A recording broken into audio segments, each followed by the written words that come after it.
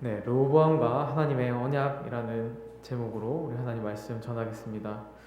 어, 역대하는 우리 현대 사회를 살아가는 우리에게 되게 큰 메시지를, 꼭 필요한 메시지를 전하고 있습니다.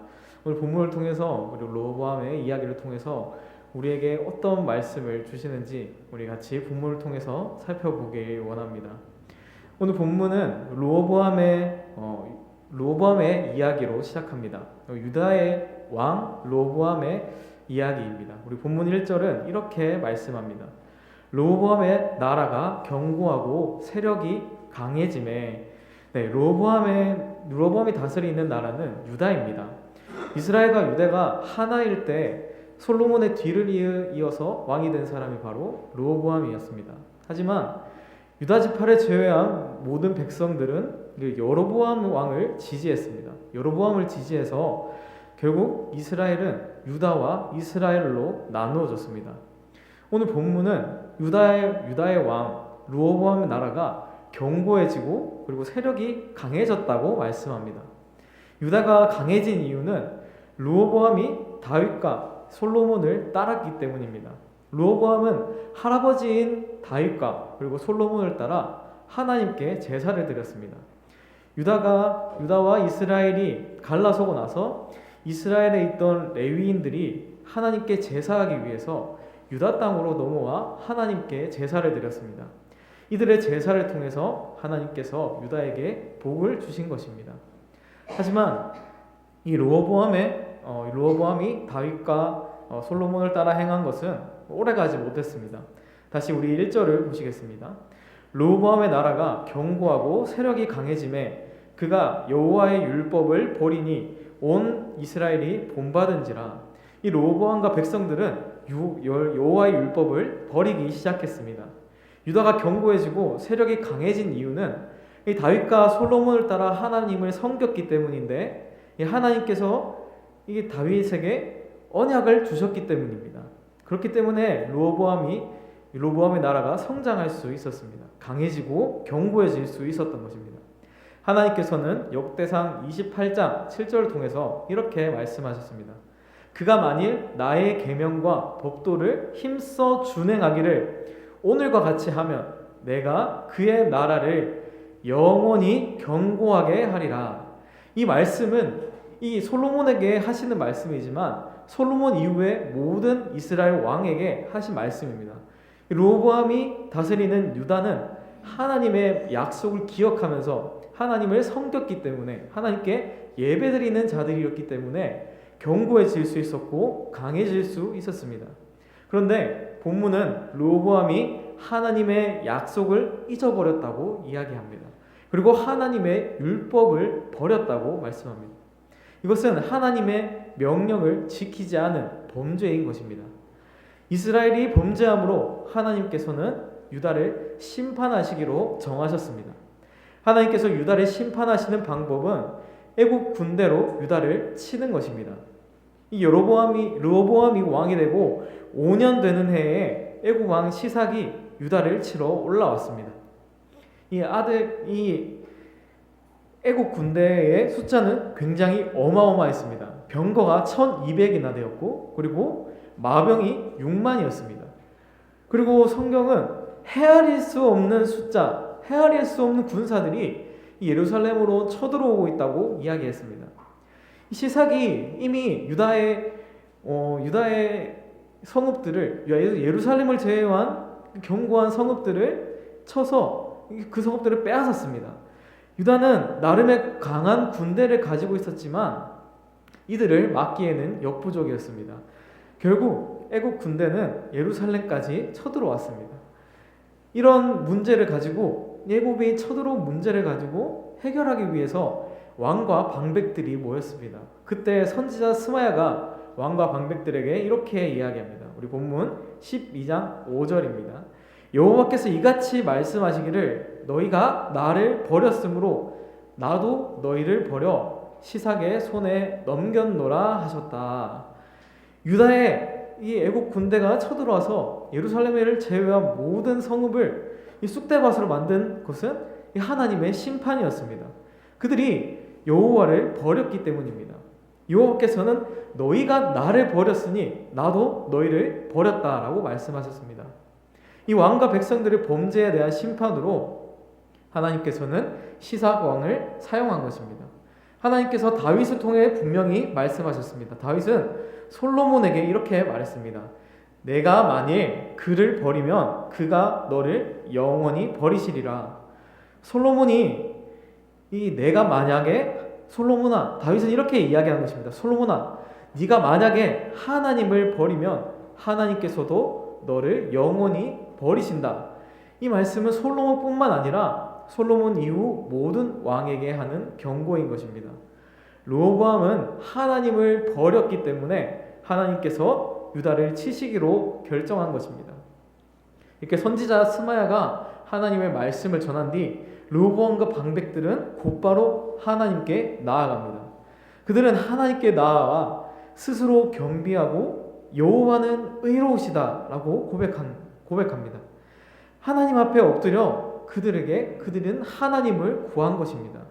자신을 돌아보고 하나님께로 마음을 돌이킨 것입니다.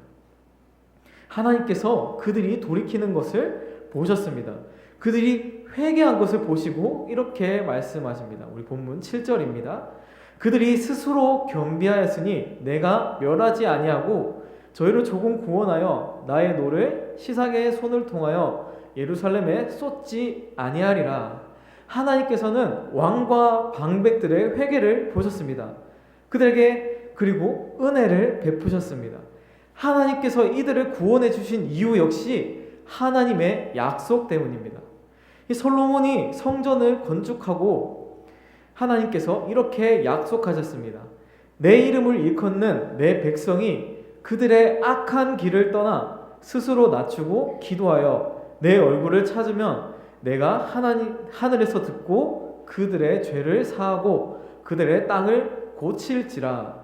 하나님의 진노가 임하는 상황일지라도 자신들을 낮추고 하나님께로 돌아오면, 하나님을 찾으면 하나님께로 돌아오는 자들에게 하나님께서는 은혜를 베푸신다고 약속하셨습니다.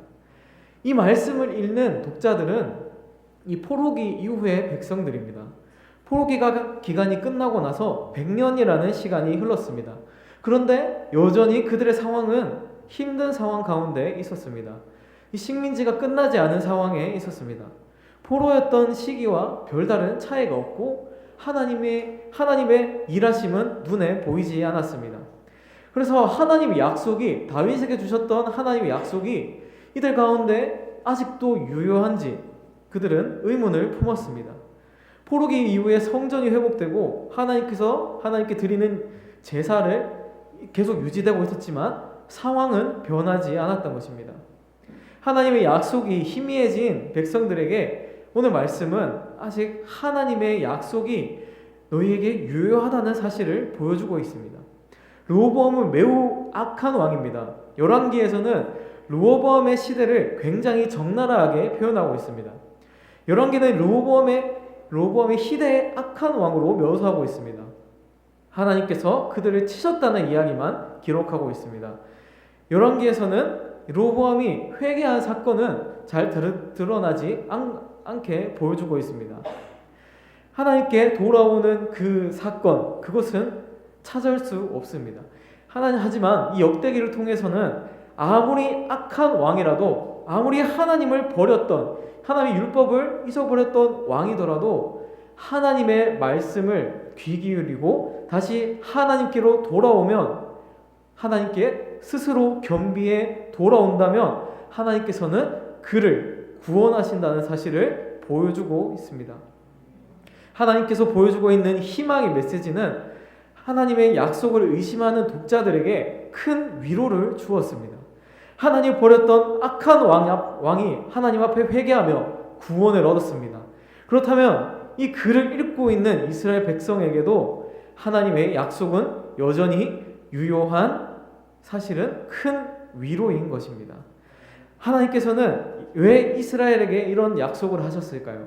왜 다윗에게 그리고 솔로몬에게만 주시지 않고 악한 왕들에게, 그리고 다윗에게 주셨던 약속과 똑같은 약속을 계속 유지하게 하셨던 걸까요? 그 이유는 하나님께서 성전에 거하시기로 정하셨기 때문입니다.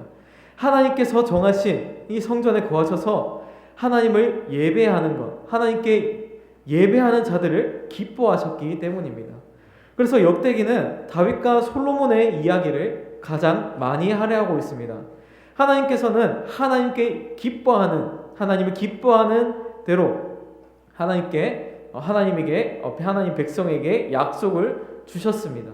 포로기 이후에 백성들이 하나님께서 기뻐하시는 일을 행할 때 하나님께서 똑같이 다윗과 솔로몬에게 약속하셨던 것과 똑같이 그 약속을 하셨다는 것을 말씀하고 있습니다. 하지만 본문은 우리에게 그렇게 희망적인 메시지만 던져주는 것이 아닙니다. 하나님께서는 유다를 향한 심판을 완전히 거두지는 않으셨습니다. 하나님께서 유다를 구원하시겠다고 말씀하셨지만 심판을 이어가셨습니다. 그 이유를 이 본문 8절에서 이야기합니다. 본문 8절입니다. 그러나 그들이 시삭의 종이 되어 나를 섬기는 것과 세상 나라를 섬기는 것이 어떠한지 알게 되리라 하셨더라. 하나님께서 심판을 남겨두신 이유는 하나님을 섬기는 것과 그리고 세상을 나라를 섬기는 것이 어떠한지 그들에게 알려주시기 위해서 그렇게 하셨습니다. 하나님의 은혜로 그 어느 시기보다 태평성대를 누렸던 시기가 바로 솔로몬의 시기입니다. 솔로몬은 금으로 큰 방패를 200개나 만들었습니다. 그리고 성전의 모든 기구는 금과 같은 귀한 것으로 만들었습니다. 하지만 그 귀한 금 방패와 성전의 모든 좋은 기구들은 한 세대 만에 다 빼앗겼습니다. 굉장히 단순한 방법으로 하나님을 섬기는 것과 그리고 세상 나라를 섬기는 것을 비교하여 보여주셨습니다. 하나님을 섬기는 삶은 굉장히 풍족한 삶이지만 하나님이 없는 삶, 세상 나라를 섬기는 삶은 모든 것을 빼앗긴다는 사실을 보여주셨습니다. 모든 것을 빼앗긴 르호보암은 노수로 방패를 만듭니다. 노수로 만든 방패를 국문을 지키는 경호원들에게 맡겼습니다. 그리고 르호보암이 하나님의 전에 들어갈 때마다 경호하는 자가 그 방패를 들고 갔습니다. 르호보암이 방패를 이렇게 집착한 이유는 방패가 여호와의 보호하심을 상징하기 때문입니다. 다윗은 자신의 승전가를 통해서 여호와는 자기에게 피하는 모든 백성들에게 왕이 방패가 되신다고 고백합니다. 르호보암이 가지고 있던 금 방패는 모두 빼앗겼습니다. 하지만 금은 아니지만 노수로라도 방패를 만들었습니다. 그래서 하나님의 도우심과 하나님의 지키심을 기억하고 있는 것입니다. 그리고 이 말씀을 읽는 독자들에게 하나님의 도우심과 하나님의 지키심을 떠올리게 하는 것이 바로 놋 방패인 것입니다. 오늘 본문은 다시 한번 르호보암의 행동과 하나님의 일하심을 언급함으로 마무리합니다. 본문 12절 우리 같이 읽겠습니다. 본문 12절입니다. 르호보암이 스스로 겸비하였고 유다에 선한 일도 있으므로 여호와께서 노를 돌이키사 다 멸하지 아니하셨더라. 오늘 본문은 유다 땅에서 계속 일어나고 있는 심판에 집중하고 있지 않습니다. 본문이 이야기하는 것은 악한 왕 르호보암이 회개하였고 그리고 하나님께서 그 회개로 말미암아 은혜를 베푸신 그 사건에 집중하고 있습니다. 오늘 본문은 우리에게 주시는 메시지는 무엇입니까? 르호보암은 하나님을 섬기면서 은혜를 받았지만 그리고 그 결과로 이 나라가 견고해지고 강해졌지만 르호보암은 아주 연약한 왕이었습니다. 이렇게 나약하고 연약함으로 하나님을 버리는 선택을 했던 르호보암이었습니다. 그 르호보암에게 하나님께서 은혜를 베푸신 것입니다. 르호보암이 하나님께 나아갔을 때, 자신의 뜻을 돌이키고 하나님께 나아갔을 때 하나님께서 그를 구원하셨습니다. 그것은 하나님의 약속, 하나님의 언약 때문입니다. 하나님께서 기뻐하시는 성전을 세우고 하나님께서 성전에 거하신다고 약속하셨습니다. 언제든 그 성전에 나와서 하나님을 찾으면 하나님의 진노 중에라도 하나님께서는 그 기도를 들으신다고 약속하셨습니다. 하나님의 그 약속은 신실하십니다. 이스라엘 백성에게 주셨던 은혜를 하나님께서는 우리에게도 주셨습니다. 예수님께서 이 땅에 오심으로 예수님께서 친히 성전이 되셨습니다. 그리고 우리가 연약하여 하나님보다 다른 것을 더 사랑할 때 그때라도 하나님께 다시 돌아온다면 하나님께서는 우리를 기쁘게 맞아주십니다. 우리가 하나님이 기뻐하시는 성전이신 예수님께 나아갔기 때문입니다. 하나님께서는 우리를 기다리고 계십니다. 언제든지 너희가 실수할 때 언제든지 나에게 돌아오라, 그렇게 말씀하고 계십니다. 언제든지 내가 하나님을 구하고 하나님을 찾는다면 하나님께서는 우리를 바라보시고 우리에게 은혜를 내려주시는 것입니다. 우리는 성전이신 예수님께 나아가야 합니다. 우리의 마음을 예수님께 드려야 합니다. 하지만 하나님께 우리가 나아갔음에도 불구하고 우리의 상황이 달라지지 않아 보일 수 있습니다. 유다 땅에도 여전히 하나님의 심판이 계속 있었던 것처럼 우리의 상황도 조금도 나아지지 않은 것처럼 보일 때가 있습니다. 하지만 유다 땅에는 금방패는 없었지만 못방패가 있었습니다. 하나님의 지키심을 상징하는 방패가 그들 가운데 있었습니다. 비록 금으로 만든 엄청난 방패는 아니었지만 하나님이 자신들을 지키신다는 그 믿음이 그들 가운데 함께 있었습니다. 하나님께서는 우리 마음에도 놋방패를 주셨습니다. 하나님께서 우리와 함께 하시고 하나님께서는 우리를 지키시고 보호하시고 인도하신다는 믿음을 우리에게 주셨습니다. 우리 주님께 나아가야 합니다. 우리 주님께 나아가 우리를 지키시고 보호하시는 하나님께 감사함으로 예배드려야 됩니다. 하나님께서 나에게 이런 일들을 행하셨다. 그것을 가지고 우리가 하나님께 예배함으로, 하나님을 기쁨으로 예배함으로 나아가야 합니다. 하나님께서 그것을 기뻐하시기 때문입니다. 우리 다윗은 솔로몬에게 이렇게 당부했습니다. 내 아들 솔로몬아, 너는 내 아버지의 하나님을 알고 온전한 마음과 기쁜 뜻으로 섬길지어다. 이 다윗의 당부처럼 우리는 하나님을 힘써 알아야 합니다. 그리고 하나님을 기뻐해야 합니다. 하나님께서 우리에게 어떤 일들을 행하셨습니다. 하나님께서 우리에게 어떤 일들을 행하셨습니까? 하나님께서는 우리에게 영원한 왕이 되셨습니다. 하나님의 언약으로 인해서 하나님께서 아브라함을 통해서 그리고 모세를 통해서 그리고 다윗을 통해서 하셨던 그 약속이 우리에게도 유효한 것입니다. 그 약속들을 통해서 하나님께서는 우리의 왕이 되십니다. 항상 하나님께서 우리를 지키시고 보호하십니다. 그리고 우리가 하나님께 간구하면 하나님께서는 진노 중에라도 하나님의 은혜를 베풀어 우리에게 그 은혜를 적용시켜 주십니다. 그 하나님을 기쁨으로 예배하고 우리를 그 하나님을 기쁨으로 아는 것을 하나님께서 기뻐하시고 하나님께서 원하십니다. 하나님께서 우리에게 행하신 그 일들로 인해서 우리가 감사하고 기쁨으로 하나님께 나아가 예배하는 저와 여러분들이 되기를 소망합니다.